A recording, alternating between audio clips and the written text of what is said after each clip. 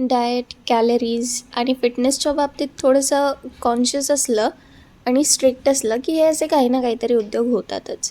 त्यासाठी मी काय घेतलं आहे, पॉपलेट घेतलेत आणि त्यांना भरपूर आगळ किंवा लिंबू घ्यायचं आहे. सोबतच जाणार काळं मिरी, लाल तिखट आणि धने पावडर. आणि याच्यामध्ये आलं लसूणची पेस्ट आपण वापरणार आहोत. ठेचलेली बडीशोप घ्यायची आहे, मीठ घ्यायचं आहे, व्यवस्थित मिक्स करून घ्यायचं आहे आणि मग हळदीच्या पानांवर त्याचे पॉकेट बनवून घ्यायचे आहेत. त्यांना तुम्ही धाग्याच्या साह्याने बांधूसुद्धा शकता. पॅनला अजिबात तेल किंवा पाणी लावायची गरज नाही आहे. केळीच्या पानांमध्ये ते किंवा हळदीच्या पानांमध्ये ते मस्त शिजून निघतात.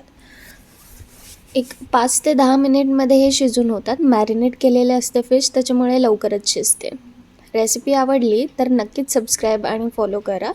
कमेंटमध्ये नक्कीच सांगा रेसिपी कशी वाटली. थँक्यू.